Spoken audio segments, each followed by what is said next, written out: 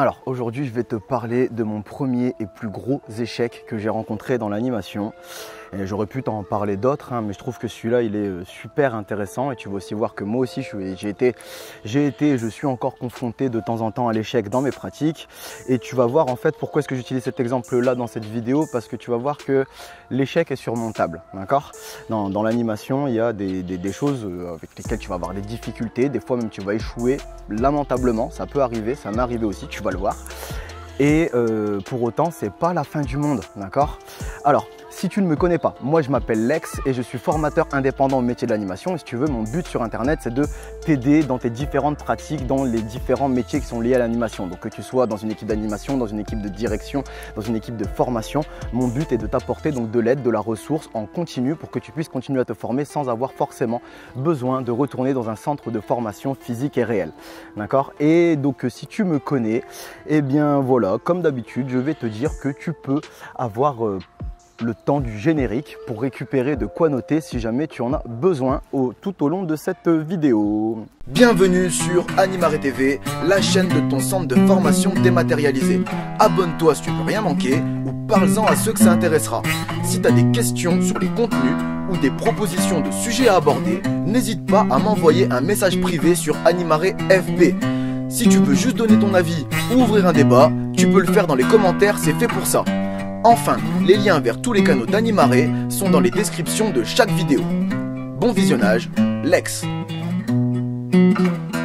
Alors, juste avant que je t'explique mon premier plus gros échec que j'ai vécu dans l'animation, je tiens juste à te rappeler, au cas où tu n'es pas au courant, que la médiathèque Animare est à moins 50% jusqu'à la fin du mois de juin. D'accord? Donc, quel que soit le nombre de produits, quel que soit le nombre de commandes que tu feras avant le 30 juin à 23h59 et 59 secondes, tu peux profiter d'une réduction de 50% sur l'ensemble de la médiathèque Animare à partir du moment où tu rentres le coupon juin 2020.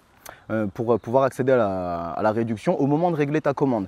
Donc tu as deux solutions, soit tu vas ici dans le premier lien dans la description de la vidéo et en fait le coupon est déjà appliqué quelle que soit la commande, ou alors si jamais tu passes la promotion et enfin tu vois, par exemple on est au mois de juillet 2020 et donc ça s'est arrêté au mois de juin, le 30 juin à 23h59 et 59 secondes, et bien le deuxième lien dans la description c'est pour aller sur la médiathèque Animare au cas où tu raterais la promotion qui est en cours. Ok? Bref, je ne vais pas trop m'étaler là-dessus, mais bon, sur la médiathèque Animare, il y a différentes ressources et méthodes que moi je véhicule sur le terrain, que je mets à ta disposition. Et donc il y a des ressources d'animation, des ressources de direction, il y a des jeux, il y a des visions pédagogiques. Enfin, va voir, va faire un tour, tu vois, et puis si ça t'intéresse, tu as juste à te laisser guider. Alors, pour en revenir à nos moutons et ce qui t'intéresse sur cette vidéo. Moi, donc cette expérience, elle remonte quand j'ai passé ma base BAFA en 2006 dans un centre de formation dont je vais taire le nom, parce que tu le sais, de toute façon au sein d'Animare, je tais les noms des organismes avec lesquels j'ai travaillé en mon propre nom et pas au nom d'Animare, pour simple raison, tout simplement pour pouvoir déjà moi garder une certaine liberté, voire une totale liberté de parole sur les propos que je vais tenir, donc ce qui veut dire qu'à travers Animare, seuls mes propos n'engagent que moi. Et aussi pour eux, tu sais, voilà, pour respecter aussi les organismes, ces entités qui n'auraient pas forcément envie d'être engagées sur des points ou des visions alors qu'elles n'ont pas été sollicitées dessus. Tu sais, par exemple, voilà, je veux dire, moi je faisais ça dans tel organisme, mais en fait c'est une pratique courante et qui n'est pas forcément une pratique véhiculée par l'organisme, tu sais. Enfin bref, voilà, c'est à la fois pour pouvoir moi rester libre de tout propos et aussi pour n'engager personne derrière mes propres propos, d'accord? Donc, pour en revenir à ce que je disais, donc je tais le nom de l'organisme avec lequel j'ai passé ma base BAFA. Et en fait, si tu veux, bon, je t'ai déjà expliqué sur la vidéo des plannings que tu peux découvrir ici, là, quelque part, si tu veux, que dans l'animation, il y avait deux grands courants principalement. Donc il y avait le courant où les adultes préparent tout à l'avance avant que les jeunes arrivent, et il y a le courant où les adultes attendent que les jeunes arrivent pour pouvoir construire le séjour avec eux. Et donc moi j'étais dans un centre de formation qui était plutôt où on prépare tout à l'avance sans concerter l'avis des jeunes, ce qui se vaut, hein. Tu vas voir la vidéo, tu verras mon avis dessus. Mais il y a quand même, ça a été quand même assez difficile pour pour moi du moins ce point-là. Alors en fait, je t'explique. Donc c'était une base BAFA, et en fin de BAFA, en fin de base, les formateurs voulaient qu'on s'entraîne à la création de spectacles. Parce que tu sais, dans certains centres aérés, dans certaines colos, on fait ce qu'on appelle des spectacles de fin de séjour, de fin de centre, etc. Voilà, d'accord. Et donc, ils voulaient qu'on s'entraîne à ça. Et du coup, les formateurs nous avaient préparé un spectacle. Donc, quand je te dis préparer, c'est qu'ils nous avaient préparé des thèmes à aborder dans le spectacle. Et après, c'était à nous de les construire, d'accord. Donc, il y avait des sketchs, il y avait de la magie, il y avait de la danse, il y avait du chant. Et alors, il faut bien comprendre qu'à cette époque-là, moi, si tu veux, j'avais 17 ans. Et entendre ma propre voix, oui, parce qu'on va parler de chant, et donc entendre ma propre voix était quelque chose de très difficile pour moi. Même moi, supporter ma propre voix, ça passait pas, tu vois. Donc j'avais vraiment du mal à chanter. Okay, en plus que c'était pas forcément un organisme qui nous a entraînés à chanter tout au long de la semaine, tout au long de cette semaine de formation. Et donc pour le spectacle, on faisait la répartition, et puis on devait tous s'inscrire à main levée. Donc qui veut faire les sketchs, qui veut faire la magie. Donc moi, sketch et magie, je lève ma main. Et puis les formateurs, j'ai bien vu, ils ont fait exprès, tu vois. C'est pas, je te mens pas, il a fait exprès de m'esquiver à ce moment-là, parce qu'il avait bien remarqué que c'était pas mon truc, le chant. Et donc du coup on répartit, et puis à la fin du truc il reste plus de la place que pour eux une partie chant. Et donc là le formateur il me dit bon Alexis, oui, parce qu'à cette époque là c'était pas encore Lex, hein, tu vois, enfin puis de toute façon sur les papiers officiels le formateur lui m'appelait Alexis, enfin bref, je ne veux pas rentrer dans ces détails là, c'est un peu hors sujet. Et il me dit bon Alexis, tu seras au chant et au medley. Je me dis oh putain, je suis pas dans la merde. Et donc en fait le truc c'est qu'il faut bien que tu comprennes, c'est que au moment où ils nous disent ça, on fait la répartition. On avait chaque petit groupe 2 heures de préparation pour notre prestation scénique qu'on allait devoir faire après. Et juste après ces 2 heures de préparation, on allait manger, et tout de suite après c'était le spectacle, tu vois, en veillée du soir, tout de suite après. Donc en gros on a eu 2 heures de prépa pour ça. Et donc une fois que tous les groupes sont faits, donc on se répartit chacun dans un coin, on va, tu sais, dire, on prend un espace pour dire de ne pas être dérangé et pouvoir travailler tranquillement dans notre coin. Et puis là, je me rends compte que je suis dans un groupe où on est 4 et les 3 autres avec moi, ils sont dans la même situation que moi. C'est-à-dire que chanter, ils n'avaient pas envie. Et eux aussi ont essayé de s'inscrire sur d'autres trucs. Et ça n'a pas du tout été un choix de prédilection pour aucun de nous 4. En fait, on s'est retrouvés tous les 4 à se dire mais qu'est-ce qu'on fout là? Et alors du coup, ce qu'on devait faire, c'était un medley. Où on devait donc je sais pas si tu sais ce que c'est qu'un medley. Un medley en fait normalement c'est on va reprendre différentes paroles de différents morceaux d'une chanson, on va les enchaîner les uns aux autres pour en recréer une nouvelle. Et nous on demandait de faire un medley amélioré. Donc ce qu'on devait faire c'était reprendre des airs de bouts de chansons et changer les paroles. À part ça, on avait total freestyle, on pouvait faire ce qu'on voulait en fait. Donc voilà, on devait reprendre des airs d'au moins 3 chansons différentes, 3 chansons assez connues quand même, et remplacer les paroles de ces chansons-là et en faire quelque chose qui, en plus de ça, devait être drôle. Tu vois, c'est la consigne qu'on avait, ça devait être comique. Donc pour 4 personnes qui n'étaient pas à l'aise avec la chanson, on s'est retrouvé pendant 2 heures à s'arracher les cheveux, entre trouver les paroles, chanter sur le bon air, trouver des trucs qui étaient marrants. Donc tout ce qu'on a essayé de faire, c'était reprendre une journée de formation. Tu sais, avec parce qu'on était en internat, donc avec le lever, le petit-déj, les activités ou les temps de formation du matin, midi, etc. Jusqu'à ce qu'on passe la veillée, qu'on retourne se coucher. Pardon, on passe la veillée, temps de prépa le soir, et après la veillée à notre charge. Donc c'est-à-dire qu'on se débrouille pour la prépa, on n'a pas d'heure, c'est prêt pour le lendemain, c'est pas prêt, ça ne regarde que nous. Et ensuite on va se coucher. Donc on a essayé de refaire ça.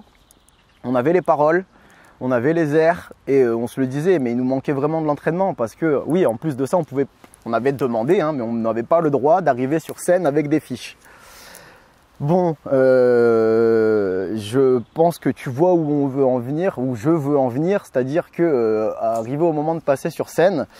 Et tu vois, comment dire, donc il y a 1, 2, 3 petites scénettes qui passent. Donc il y a la magie, il y a le sketch, il y a le banc animé. Donc voilà, bon, c'est une technique d'animation où tout se passe autour d'un banc et on raconte une petite histoire. Enfin bref. Et puis arrive à nous, c'est le tour du medley. Et puis voilà, je te le donne en 1000. On est arrivés tous les 4. en fait, on devait rentrer et chacun enchaîner deux rimes, en fait, tu vois. Et ben, tous, quand on est arrivé au moment de passer sur scène, on rentre et première phrase qui sort, et gros bug, pas moyen d'enchaîner. L'autre derrière qui essaye de reprendre, pareil, 3 mots et après en bug. Et les 4, on est passé sur le même topo en fait. On s'est complètement foiré, on s'est complètement loupé. Donc je te laisse imaginer le truc, hein, où bonjour. Il n'y a pas de souci, vous dérangez pas, il n'y a pas de problème. Oui, non, je couperai au montage, il n'y a pas de problème. Vous en faites pas. Elle veut faire coucou? Tu veux faire coucou? Non, tu veux passer? Eh ben vas-y, passe. Il n'y a pas de problème. Vous parlez de quoi? D'animation. Les centres aérés, les colonies de vacances et tout ça. D'accord, Voilà. cet été. Cet été, ceux à venir et ceux passés. D'accord. Voilà. Je suis formateur indépendant en fait, donc je forme les personnes sur internet. Excellent. Voilà. Merci beaucoup. On vous laisse le courage. Pas de souci, bonne journée. Et donc oui, du coup, je te disais, on est arrivé, on s'est tous retrouvés, donc tu imagines bien le délire où tous les 4, on n'arrive pas à enchaîner ce qu'on doit enchaîner. Donc la chanson ne sort pas, il y a gros blanc, gros silence sur la scène, donc on est tous tremblants, les grosses gouttes de sueur.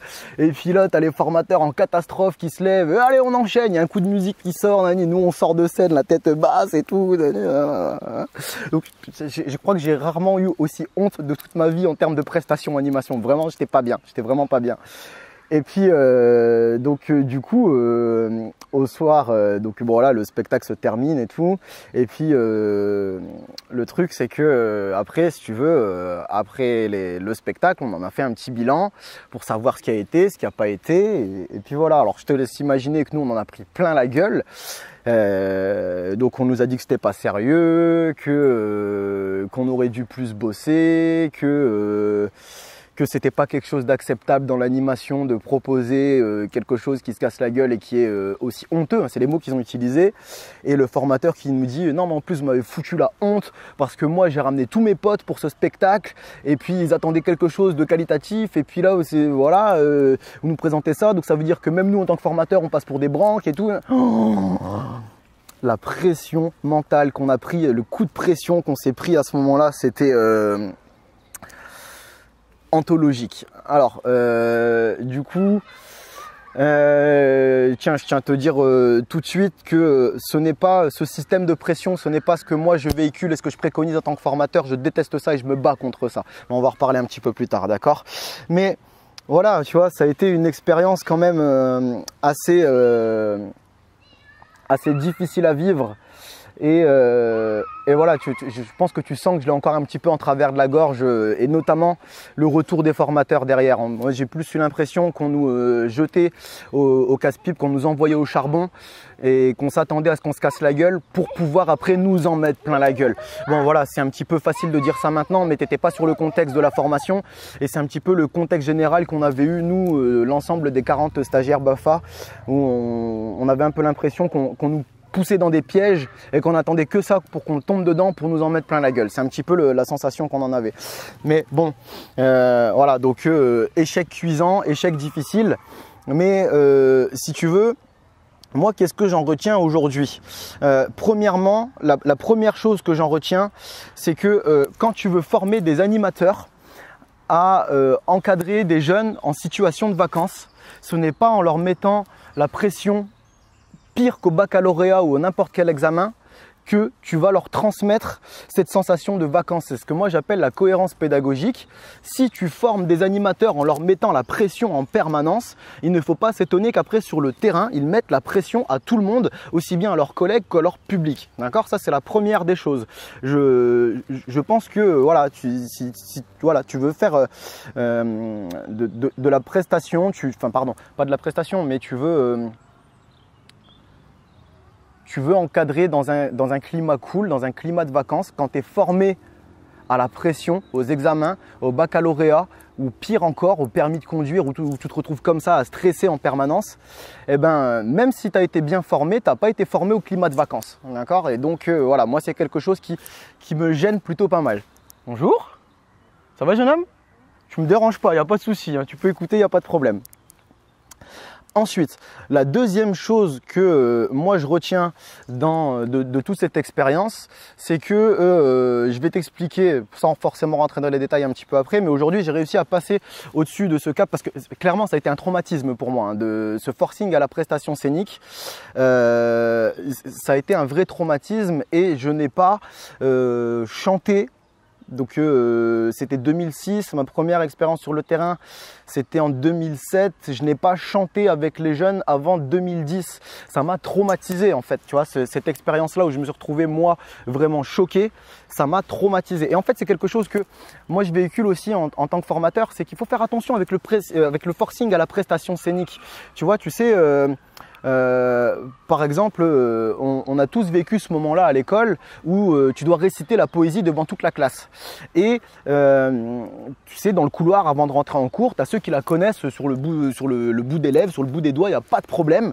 Et une fois arrivés devant tout le monde, ils se mettent à trembler, ils ont les grosses gouttes de sueur, ils se mettent à bafouiller. Et là, il n'y a plus moyen que la poésie, elle sorte. Pourquoi? Parce qu'ils ont la pression et ils se sentent obligés de faire une prestation où tout le monde va les juger en face, aussi bien la personne qui va donner la note, entre guillemets, hein, ou qui va valider ce que c'était bien ou c'était pas bien, et après le public aussi. Et ça peut donner une pression énorme en fait, ça peut être très dur à vivre. Et je pense moi que forcer les gens à ce genre de prestations scéniques, ça risque de les traumatiser par la suite. Et quelqu'un qui par la suite aurait eu envie de prendre la parole, que ce soit pour un exposé, que ce soit pour une poésie, que ce soit pour un chant, que ce soit pour un discours, il risque vraiment…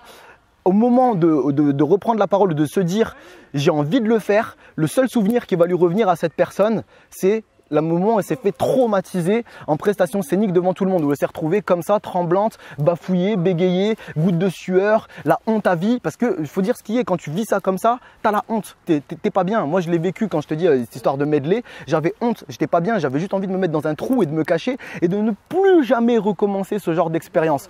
Donc je pense moi en tant que formateur que ce n'est pas forcément judicieux de forcer que ce soit des adultes à la prestation scénique ou même des jeunes sur le terrain. Je n'en vois moi-même en tant que formateur que ceux qui ont envie de le faire. Au moins, ceux qui n'ont pas envie de le faire, le jour où ils se diront j'ai peut-être envie de le faire, moi je les aurais pas traumatisés et ils n'auront pas le seul souvenir de l'ex qui les a traumatisés à le faire en fait. Tu vois, moi je me souviens de ces formateurs-là. Tu vois, Pierre, je me souviens de toi et je t'en veux encore pour cette histoire de medley. Tu vois, tu m'as mis trop mal en fait ce jour-là. Tu m'as détruit une petite partie de moi psychologique en fait. Et il a fallu derrière… si tu veux, il a fallu que moi, une fois que je suis devenu formateur BAFA en 2010, il a fallu que je rencontre un vrai mentor qui s'appelle Jay. C'est l'un des plus grands formateurs que j'ai jamais connu. Bon, encore une fois, je dirais pas dans quel centre de formation, mais Jay, je pense à toi, je t'ai pas oublié. Je ne suis même pas sûr que Jay ait la conscience qu'il ait réussi à me sauver un petit peu entre guillemets sur ce point du chant. Parce que si tu veux, Jay avec ses propres méthodes de chant qu'il m'a apportées, qu'il m'a transmises à moi en tant que formateur pour que je les transmette à des stagiaires, il m'a totalement redonné confiance en moi, en ma voix, en ma façon de chanter, l'humeur, la bonne ambiance et ce que je peux transmettre à travers le chant, tu vois. Et merci Jay, tu m'as aidé à reprendre, à tout simplement à prendre ma revanche sur le chant dont Pierre m'avait fait faire un superbe échec quelques années auparavant. Mais aujourd'hui, si tu veux, je reviendrai plus tard sur Animare TV sur les méthodes de chant dont ma méthode aujourd'hui découle beaucoup de celle de Jay, tu vois. Mais j'ai aussi appris d'autres personnes, hein, mais c'est vraiment Jay qui m'a redonné confiance en moi sur le chant. Et en fait, il m'a aussi redonné confiance à travers un aspect très fort et que je trouve très sensé dans le chant. C'est que Jay en fait m'a appris à ne pas chanter pour le spectacle, pour mon ego, pour qu'on me dise ah, tu chantes bien, ta chanson était bien, c'était génial. Non, il m'a appris à chanter pour l'intérêt du public, pour ce que ça allait développer pour lui. Donc c'est-à-dire plus chanter moi tout seul dans mon coin en termes de prestations scéniques, mais chanter pour faire chanter les autres en fait. Et ça, je trouvais ça énorme, et grâce à ça aujourd'hui, encore une fois, merci Jay. Mais tu vois, aujourd'hui j'ai un répertoire de chants d'animation où je fais un bordel pas possible. J'ai des chants de dingue, des chants de malades qui mettent l'ambiance, quelle que soit la tranche d'âge, qui ont du sens aussi à véhiculer parce qu'il y a des messages derrière. J'ai des chants qui permettent de mettre l'ambiance pump it up, j'ai des chants qui permettent de faire ce qu'on appelle du retour au calme pour faire redescendre la pression après des activités très énergiques. J'ai des chants où il y a juste du message à faire passer, j'ai des chants où il y a de la choré intégrée au chant, j'ai ce qu'on appelle aussi des jeux chantés, et tout ça, si je m'y suis intéressé en fait, c'est grâce à Jay en fait, et tout ça dans tout ce répertoire de chants que moi j'ai aujourd'hui et que je mettrai un de ces quatre à ta disposition, enfin que je te présenterai sur Animare TV et que je mettrai à ta disposition sur la médiathèque Animare.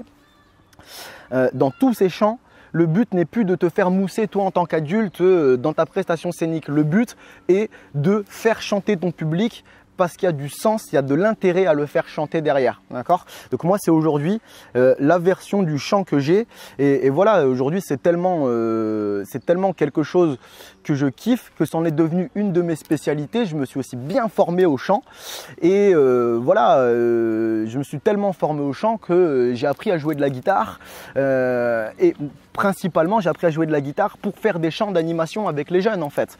Bon, aussi maintenant je chante aussi un petit peu pour moi la guitare parce que je trouve aussi un intérêt personnel, mais sur le terrain quand je débarque avec ma guitare, c'est pas pour faire voir quelle belle voix j'ai, etc. Non, je débarque pour faire chanter et danser le public que je vais avoir. Donc si tu veux, moi, ce que je veux te dire en fait par là, c'est que tu vois, j'ai vécu une expérience traumatisante, mais alors d'un autre côté, j'ai aussi eu la chance de rencontrer par la suite là où les bonnes personnes qui ont réussi à me redonner confiance en moi. Mais cette expérience traumatisante, en fait, elle a été une force derrière pour moi, parce que quand j'ai compris l'intérêt qu'on pouvait faire, que je n'avais pas compris quand je me suis fait traumatiser par le chant, quand j'ai compris l'intérêt qu'on pouvait faire avec le chant derrière, j'ai vraiment voulu prendre ma revanche. Il n'y a pas d'autre mot, j'ai vraiment voulu me dire mais si en fait je suis capable, et il y a des super choses à apporter au chant complètement différentes de ce avec quoi ils m'ont traumatisé, que moi je trouve dégueulasse. C'est mon avis, hein. Je trouve ça dégueulasse. Peut-être que toi tu apprécies la prestation scénique pure et dure au niveau du chant, tant mieux, je ne veux pas rentrer là-dedans, mais ce que je veux te dire c'est que quand tu as un gros échec comme ça, il peut devenir moteur de ta formation par la suite, parce que moi j'avais qu'une seule envie, c'était de me dire mais en fait si tu vois tu es capable Lex, tu peux être fier d'avoir chanté devant tout le monde, et encore plus tu peux être fier d'avoir fait chanter les autres derrière, de les avoir fait danser. Mais donc ce que je veux dire c'est que vraiment l'échec peut être formateur, et moi ça m'a servi comme ça. Bien sûr, je te le répète, il a fallu que je rencontre Jay et d'autres formateurs aussi qui ont été des mentors, mais surtout Jay, c'est vraiment Jay qui m'a ouvert les yeux au niveau du chant et qui m'a montré qu'on pouvait faire autre chose avec l'expérience traumatisante que j'en avais eue. Mais je ne suis pas sûr que je me serais autant investi dans cette découverte du chant avec Jay si j'avais pas été traumatisé avant en fait.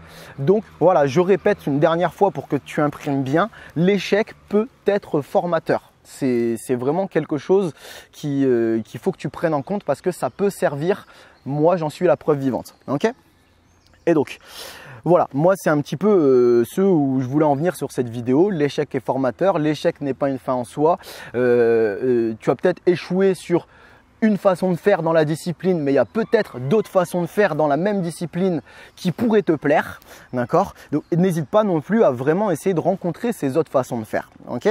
Bref, voilà, moi j'ai fait le tour de ce que je voulais dire sur cette vidéo, et j'ai partagé avec toi donc une de mes pires expériences d'animateur, voilà, tu le sens hein, que je l'ai encore en travers de la gorge, hein, mais c'est comme ça, voilà. Donc voilà, toi n'hésite pas non plus à nous partager et analyser et surtout en tirer des conclusions, ce que ça t'a apporté par la suite de tes pires expériences en animation, soit dans les commentaires de cette vidéo ou alors directement sur la communauté des animaristes. Donc la communauté des animaristes, c'est le groupe Facebook que j'ai créé regroupant les utilisateurs, les fans et les soutiens des différents canaux d'Animare et toutes les autres personnes qui voudront discuter, échanger et partager avec nous. Cette communauté, elle est ouverte à tous et toutes à partir du moment où tu acceptes les petites règles d'échange cordiaux que j'ai créées pour dire d'être sûr qu'il n'y ait pas de trolls, qu'il n'y ait pas de haters, qu'il n'y ait pas de donneurs de leçons ou de critiqueurs